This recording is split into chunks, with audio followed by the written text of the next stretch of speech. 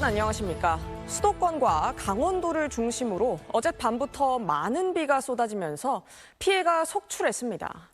비는 낮 동안 잠시 멈췄지만 진짜 고비는 오늘 밤부터입니다. 내일까지 많게는 150mm 넘는 비가 예보돼 있는 곳들도 있어서 대비 단단히 하셔야겠습니다. 오늘 첫 소식은 배성재 기자가 전합니다. 소방대원들이 펌프차를 동원해 물을 퍼냅니다. 도로와 밭 위까지 차올랐던 흙탕물은 집 앞까지 들이닥쳐 찰랑거립니다. 오늘 새벽 경기 고양시 덕양구 일대에 151mm의 많은 비가 쏟아져 내리면서 이 지역 16세대가 침수 피해를 입었습니다. 발 높이까지 물에 찼던 집 안입니다. 이 바닥에 놓여있던 모든 물건들이 물에 젖었고요. 방 안쪽을 보면 침대도 물에 젖어서 지금 건조대 위에 올려놓고 건조 작업이 한창입니다. 지금 저기까지 물이 올라왔네, 저기까지. 예. 여기 지금 물 찬 데까지. 또 올해 또 이렇게 된 거에 대해서 참 너무 참 마음이 아프네요, 마음이. 경기 북부 지역에는 어제 새벽부터 오늘 아침까지 파주 197.5mm, 동두천 195.5mm 등 물폭탄이 쏟아졌습니다. 많은 비에도 다행히 인명피해는 없었지만 6개 시도, 13개 시군, 43세대 76명이 비를 피해 임시 대피한 상태입니다. 전국에서 주택이나 도로 침수, 낙석이나 나무 쓰러짐 등 재산 피해는 708건 접수됐습니다. 대구 경북 지역에서도 170건의 피해 신고가 접수됐는데 어젯밤 시간당 89mm 폭우가 쏟아진 대구 수성구에는 올해 신설된 재난성 호우 긴급 재난 문자가 처음으로 발송됐습니다. 전국 318개 하천과 북한산, 팔공산 등 6개 국립공원이 통제됐고 인천 백령, 백령소청 등 6개 항로에서 모든 여객선 운항이 중단됐습니다. 산림청은 오늘 아침부터 서울 경기의 산사태 위기 경보를 주의에서 경계로 상향 발령했습니다. SBS 배성재입니다. 짧은 시간 거세게 쏟아진 비에 교통사고도 잇따랐습니다. 폭우에 물이 불어나면서 고립됐던 주민들이 구조되기도 했습니다. 이어서 권민규 기자가 보도합니다. 도로 한편에 견인차가 서 있고 그 앞에 대형 화물 트럭이 넘어져 있습니다.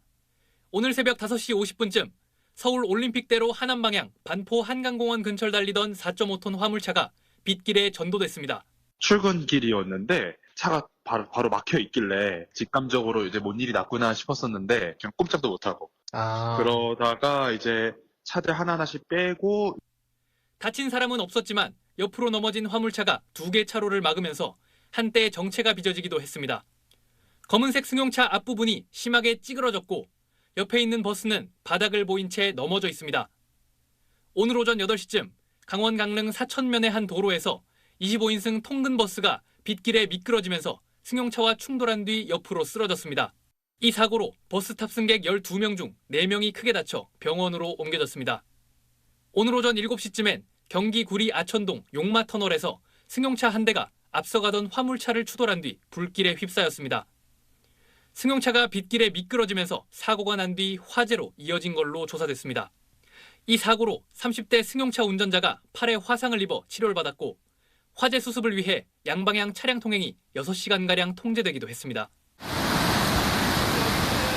세차게 흐르는 흙탕물 위로 로프에 매달린 사람이 아슬아슬 건너옵니다. 오늘 오전 10시쯤 강원 인제 남면에선 비가 많이 와서 고립됐다는 119 신고가 접수됐습니다. 소방당국은 불어난 강물 건너편에 갇힌 60대 남성과 여성을 신고 약 1시간 만에 구조했습니다. SBS 권민규입니다. 기상팀 서동균 기자와 날씨 얘기 좀 더 해보겠습니다. 서동균 기자, 밤에 비가 워낙 세게 내려서 소리에 잠에서 깰 정도였는데 왜 이렇게 많은 비가 한꺼번에 내린 건가요? 먼저 밤사이 얼마나 많은 비가 내렸는지를 한번 살펴보겠습니다. 이건 어제부터 오늘까지 누적 강수량을 보여주는 모식도인데요.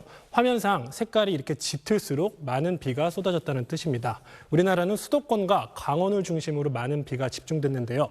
특히 경기 북부와 강원 북부에 많은 비가 집중됐습니다.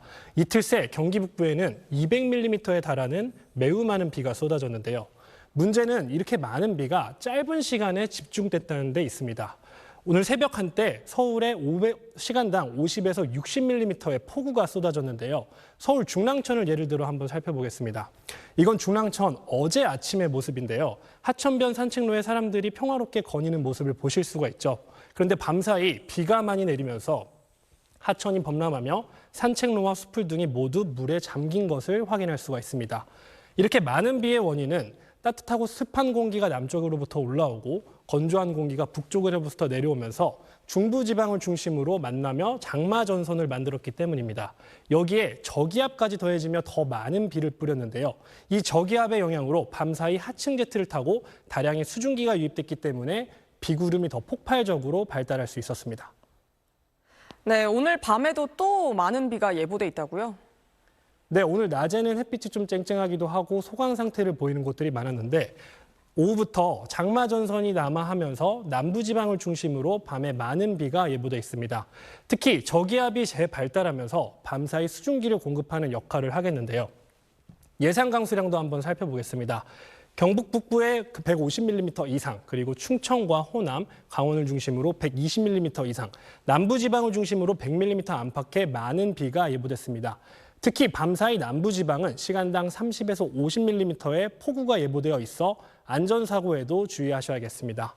비는 다음 주까지도 계속되겠습니다. 수도권 같은 경우는 토요일까지 비가 이어지겠고요. 그 밖에 전국은 다음 주 금요일까지 비가 이어지겠습니다. 다만 중기예보는 변동성이 많은 예보이기 때문에 최신 예보를 참고해 주셔야겠습니다. 지금까지 기상센터에서 전해드렸습니다. 오늘 오전 인천에 있는 쿠팡 물류센터에서 큰 불이 났습니다. 소방당국이 국가소방동원령을 발령하고 진화 작업을 벌이고 있는데 아직까지 불이 꺼지지 않고 있습니다. 현장에 저희 취재기자 나가 있습니다. 이현정 기자, 뒤에 지금 연기가 많이 나고 있는데 지금 상황 좀 어떻습니까? 네, 이곳 인천 쿠팡 물류센터 6층에서 시작된 불은 13시간 넘게 꺼지지 않고 있습니다. 지금도 창문으로 검은 연기가 뿜어져 나오고 있는데요. 물류센터 관계자 121명이 모두 대피해 인명피해는 없었지만 소방대원 1명이 연기를 마셔 병원에서 치료를 받았습니다. 오늘 아침 6시 54분쯤 신고를 받고 출동한 소방당국이 즉시 진화에 나섰지만 불길은 좀처럼 잡히지 않았습니다. 낮 12시 25분쯤 대응 1단계에서 2단계로 격상했다가 오후 3시 15분을 기해 국가소방동원령도 발령됐습니다. 이후 서울, 경기, 충청 등 5개 시도에서 고가사다리차와 무인 소방 로봇 등 장비 169대와 소방관 등 480명이 동원돼 현재 진화 작업 중입니다. 아직 화재 원인은 파악되지 않았습니다. 네, 진화에 시간이 이렇게 오래 걸리는 이유가 뭔가요? 네, 화재가 시작된 물류센터 6층은 축구장 15개에 달하는 넓이로 3단 선반에 불에 타기 쉬운 생활용품 등이 쌓여 있는 구조입니다.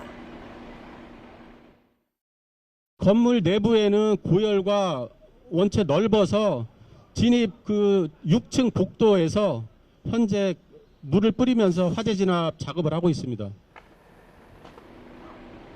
짙은 연기로 시야 확보가 어려운 데다 고열로 7층 외벽을 타고 불길이 번져 진화가 쉽지 않다는 게 소방당국의 설명입니다. 특히 물류센터 서쪽에 대규모 석유화학 공장, 동쪽에 LPG 충전소가 인접해 있어 소방당국은 불길 확산을 막는 데 주력하고 있습니다. 인천 서해구는 연기와 분진이 많이 나오고 있어 인근 주민들은 창문을 닫고 외부 활동을 자제해달라고 당부했습니다. 지금까지 인천 쿠팡 물류센터 화재 현장에서 SBS 이현정입니다. 한 배달 대행업체 운영자가 직원에게 야구방망이를 휘두르고 산재 보험금을 가로챈 혐의로 경찰에 고소를 당했습니다. 피해 직원은 이 운영자와 어릴 적부터 친구 사이였지만 계속된 협박과 폭행에 노예처럼 살아야 했다고 말했습니다. 정지연 기자가 단독 취재했습니다. 6년 전부터 세종시의 한 배달 대행 업체 기사로 일해온 35살 A씨는 한 번도 제대로 된 월급을 받은 적 없다고 말했습니다. 어릴 적부터 같은 동네 친구이자 업체 운영자인 B씨가 주는 용돈으로만 생활했다는 겁니다. 처음에는 5만 원, 3만 원, 10만 원 이런 받다가 올려달라고 하니까 20만 원까지 올려줬어요. A씨가 돈을 더 달라고 할 때마다 B씨는 폭력을 휘둘렀고 주변에서도 말릴 수 없었다고 말합니다. 자기 일한 거 돈을 좀 달라고 하면은 이제 야구 방망이로 막 때리고 남의 시선은 크게 신경 안 쓰고. 폭언과 폭행을 일삼으며 말조차 꺼내기 어렵게 만들었고 A씨가 받아야 할 배달 수당은 B씨 아내 계좌로 입금됐습니다. 너 진짜 뒤져 이번에. 너가 뒤져. 네 앞에서 배터리 10만 원 받지. 야구바도 어디냐? 30점 맞을 거지. 퍽퍽퍽 소리 나고 하니까 보니까 이제 때리고 있더라는 거지. 자기 마음에 안 들면 일단은 먼저 욕 나가고 몽둥이 들고 그런 게 하고 또 좀 그런 걸 좀 자랑스러워했어요. 지난 2023년엔 비 오는 날 배달을 가던 A씨가 넘어져 갈비뼈에 금이 갔는데 3천만 원에 가까운 산재보험금도 B씨 가족 계좌로 들어갔습니다.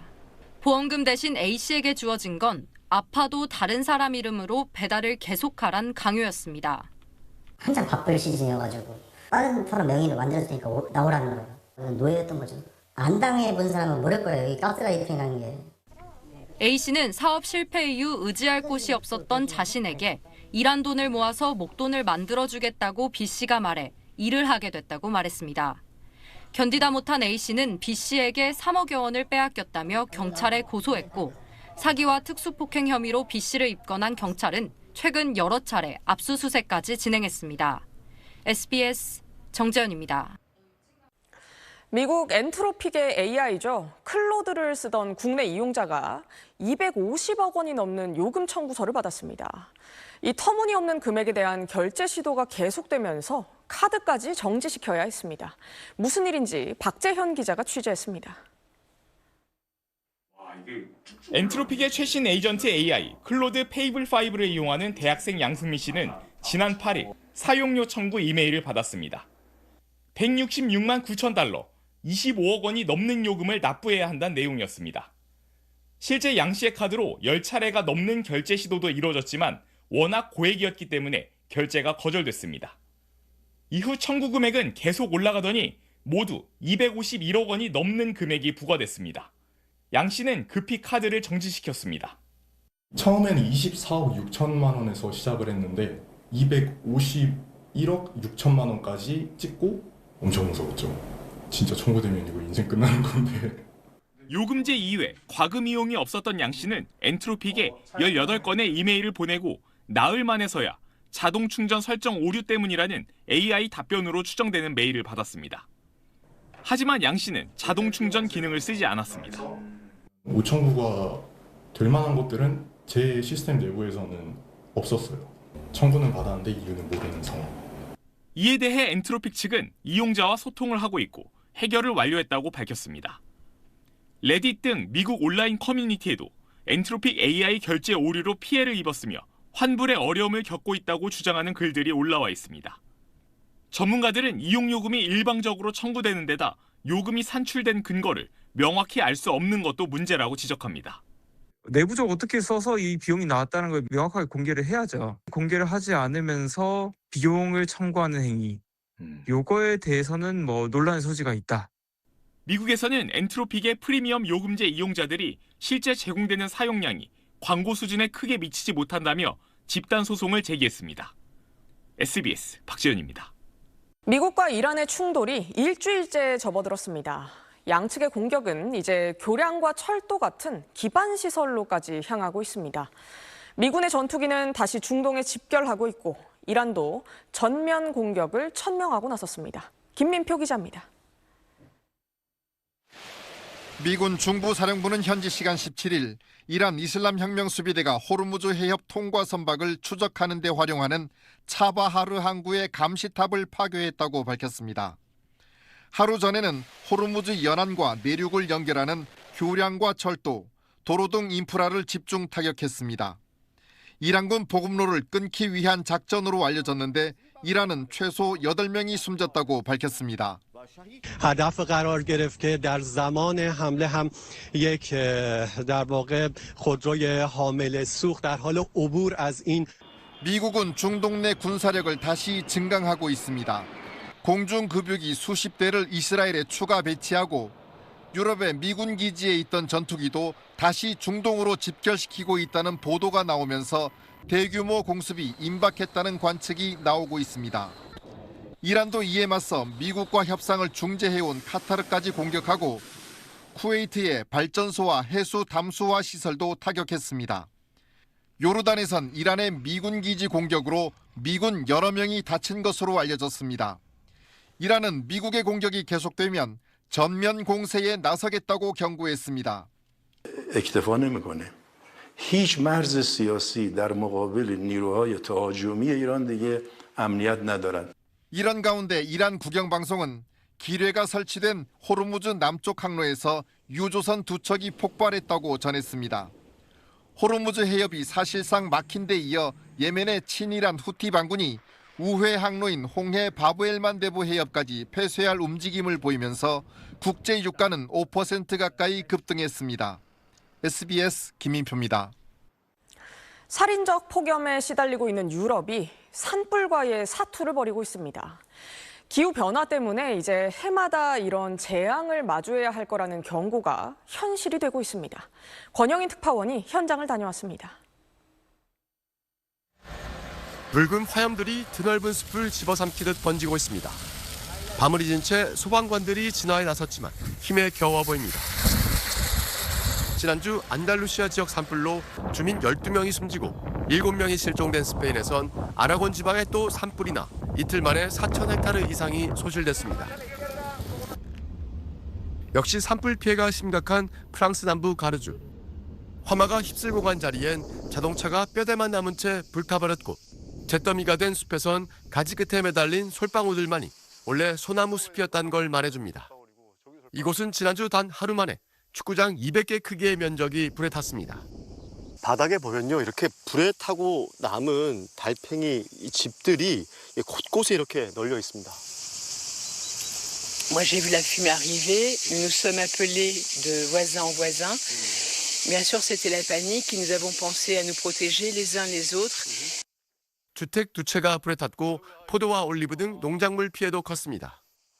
원래 이곳은 와인을 만드는 포도 농장이었습니다. 근데 보시는 것처럼 축구장 한 개 크기는 좋게 넘어 보이는 이 큰 포도밭이 이번 불로 단 한 그루의 포도나무도 남기지 않고 완전히 불에 타버렸습니다.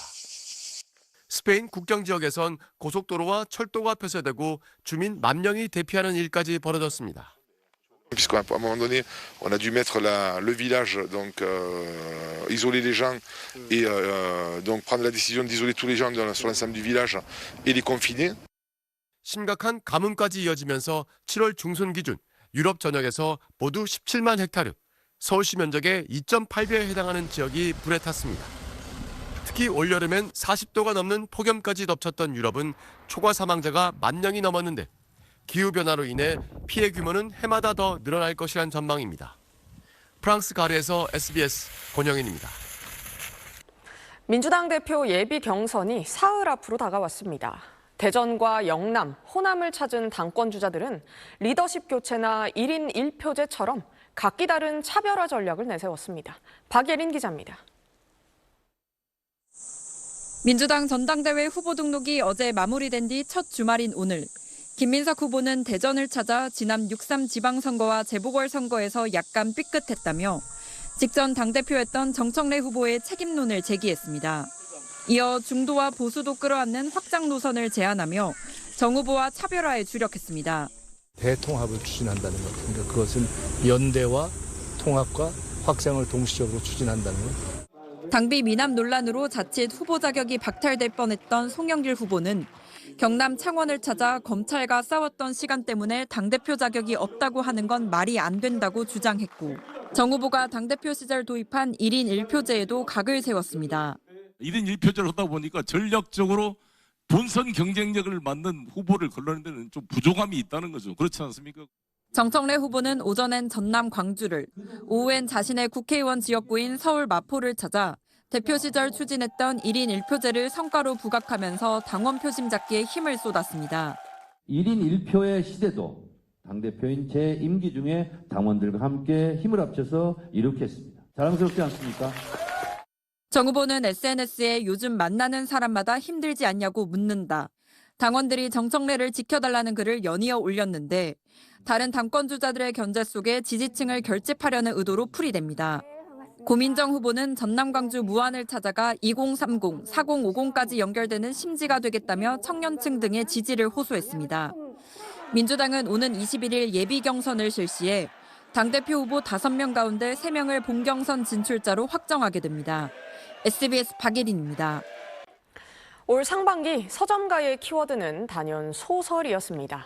베스트셀러 10권 가운데 8권이 소설이었는데요. 이 열풍의 중심에는 직접 서점에 가서 책을 사보는 20대들이 있었습니다. 보도에 이주상 기자입니다.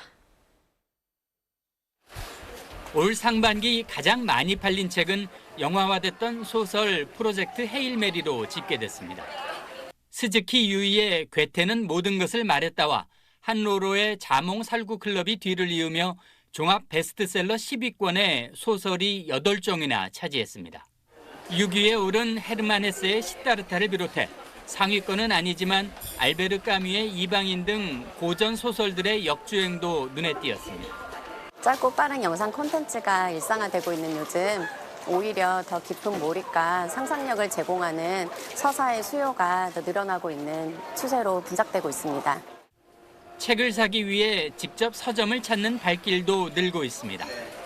특히 20대의 경우 온라인보다 오프라인 구매 비율이 훨씬 높았습니다. 책 냄새가 좋아서 서점에 오는 것도 있고 그냥 사람들이 어떤 책을 읽는지 궁금해서 일부러 서점을 방문해서 책을 사가는 경우가 종종 있습니다. 내용도 몇 줄 정도 읽어보고 싶고 책의 전반적인 분위기를 알고 사면 조금 더 좋은 것 같아서 책을 구매하는 과정 자체에 의미를 부여하는 겁니다. 종이책을 질감해서 오는 정서적 안정감, 그리고 같은 독서가들이 모여 있다는 연대감, 그다음에 나의 취향을 우연히 발견할 수 있는 즐거움들이 복합적으로 작용을 하기 때문입니다. 지난달 15만 명이 몰렸던 서울국제도서전에서도 이런 취향이 확인됐습니다. 독서를 개성 있고 멋있는 행위라고 생각하는 젊은 세대의 텍스트 힙 열기가 침체된 서점가의 희망이 되고 있습니다. SBS 이주상입니다. 북한이 남북 적대적 두 국가 기조에 맞춰서 과거 기록에 손을 대고 있는 정황이 확인됐습니다. 김일성이나 김정일이 등장하는 장면도 예외가 아닙니다. 김아영 기자가 보도합니다. 조선중앙TV가 김일성 사망 32주기인 지난 8일 방영한 70분짜리 김일성 찬양용 기록 영화입니다. 김일성이 해외 인사들과 함께 지구본을 살펴보는 이 장면. 자세히 보면 한반도 지도에서 남북의 색깔이 다르게 칠해져 있습니다. 지난 2017년 북한이 방영했던 같은 제목의 영상을 확인했습니다. 한반도가 붉은 계열, 하나의 색입니다. 영화의 다른 요소들은 다 그대로인데 20세기를 자주의 세기로 20세기를 자주의 세기로 지도 속 남북의 색깔만 바꿔놓은 겁니다. 지난 3월 헌법을 고쳐 영토 조항을 신설하고 통일 관련 표현도 싹 없애버린 북한. 과거 영상에 덮어쓰기를 하는 조작까지 나선 걸로 보입니다. 통편집 기술도 동원됐습니다. 김일성이 통일이라고 적힌 깃발을 해외 인사로부터 선물로 받은 이 장면. 또 김정일이 한반도 남쪽이 포함된 벽면 지도를 지켜보는 이 장면은 이번 방영분에선 아예 삭제됐습니다. 선대의 통일 관련 기록을 폐기해 김일성, 김정일 시대로도 적대적 두 국가론을 소급하겠다는 계산이 엿보인다는 평가입니다. 하나였다가 둘로 나눠졌다 이런 개념보다는 원래부터 별개의 국가로 묘사해서 역사와 또 항일운동사 또 건국사 이런 부분들을 다시 정립할 거라고 봅니다. 북한이 역사 조작의 대상으로 삼은 건 김일성을 찬양하는 영상도 예외가 아닌데 젊은 세대에게 남북은 동족이란 개념 자체를 심어주지 않겠다는 판단도 깔렸다는 분석입니다. SBS 김아영입니다. 밤사이 중부를 중심으로 또 한 번 집중호우가 예상되고 있습니다. 충청과 전북, 경북을 중심으로 장마전선이 자리하겠고 중규모 저기압까지 다시 발달하면서 비구름이 강해지겠는데요. 이들 지역 내일 새벽부터 아침 사이 시간당 20에서 50mm에 달하는 집중호우가 예상되고 있어 추가 피해가 없도록 안전사고 각별히 주의해 주셔야겠습니다. 어제부터 오늘 저녁까지 내린 비의 양도 확인해 보겠습니다. 파주 청주에 197mm로 가장 많은 비가 쏟아졌고요. 서울 은평구에도 160mm에 가까운 매우 큰 비가 내렸습니다.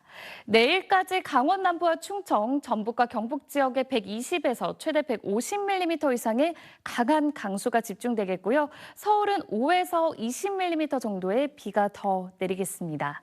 이에 따라 현재 강원 남부와 충청, 전북과 경북을 중심으로는 호예비특보도 발효 중인 상태입니다. 내일도 습도 높은 무더위는 계속되겠습니다. 폭염특보가 내려져 있는 제주와 남부지방의 체감온도 33도 안팎까지 오르겠고요. 전남 남해안과 경남, 제주 지역은 열대야 주의보 또한 발효 중입니다. 장맛비는 다음 주에도 계속될 전망이고요. 내일 저녁부터 모레 새벽 사이엔 비가 소강 상태를 보이는 곳도 있겠습니다. 날씨였습니다. 밤사이 안전사고 예방과 시설물 점검에 각별히 신경 쓰셔야겠습니다. 뉴스 마칩니다. 고맙습니다.